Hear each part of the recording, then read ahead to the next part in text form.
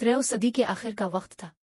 सल्जूकी सल्तनत टूट फूट का शिकार थी। मंगोल हमला आवर जमीन को रौंद रहे थे और बाज़ंतैन सलीबी अनातोलिया के मुसलमानों पर जुल्म के पहाड़ तोड़ रहे थे। ऐसे अंधेरे वक्त में अर्तुगरुल गाजी के बेटे उस्मान का सितारा चमकने लगा।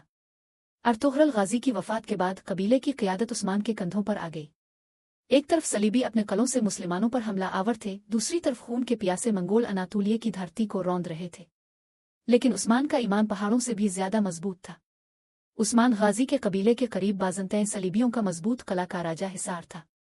यह कला उस्मान के इलाके में फसाद फैलाने और मुसलमानों को गुलाम बनाने का मरकज बन चुका था। उस्मान ने अपने बहादुर सिपाहियों को जमा किया और कहा, उस्मान, हमारी तलवार ताकत के लिए नहीं, हक के लिए है। आज का दिन इस्लाम के परचम को बुलंद करने का दिन है। रात के अंधेरे में उस्मान के सिपाहियों ने किले का घेराव कर लिया। सूरज तुलू होते ही अल्लाह अकबर की सदाएं गूंज उठीं। घुमसान की लड़ाई हुई, खून के दरिया बह गए, लेकिन उस्मान और उसके सिपाहियों ने किला फतह कर लिया। ये उस्मान की पहली बड़ी जीत थी। इसी के बाद उस्मान का नाम दौर दूर तक गूंजने लगा और सलीबियों के कलों में खौफ की लहर दौड़ गई। काराजा हिसार की शिकस्त के बाद सलीबी बाज़ंतीनियों ने उस्मान के खिलाफ बड़ा इत्तेहाद बनाया। किला कोलिका हिसार उनका सबसे ताकतवर किला था, जो उस्मान की रियासत पर कब्जा करने की सबसे बड़ी रुकावट था।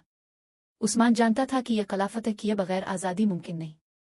इसने कबीले के बहादुर सिपाहियों को जमा किया और जंग का ऐलान किया। 3 दिन और 3 रातों तक शदीद जंग जारी रही। सलीबियों की फौजें बड़ी थीं, लेकिन उस्मान का ईमान और जज्बा इससे भी बड़ा था। आखिरकार उस्मान ने कोलिका हिसार का किला भी फतह कर लिया।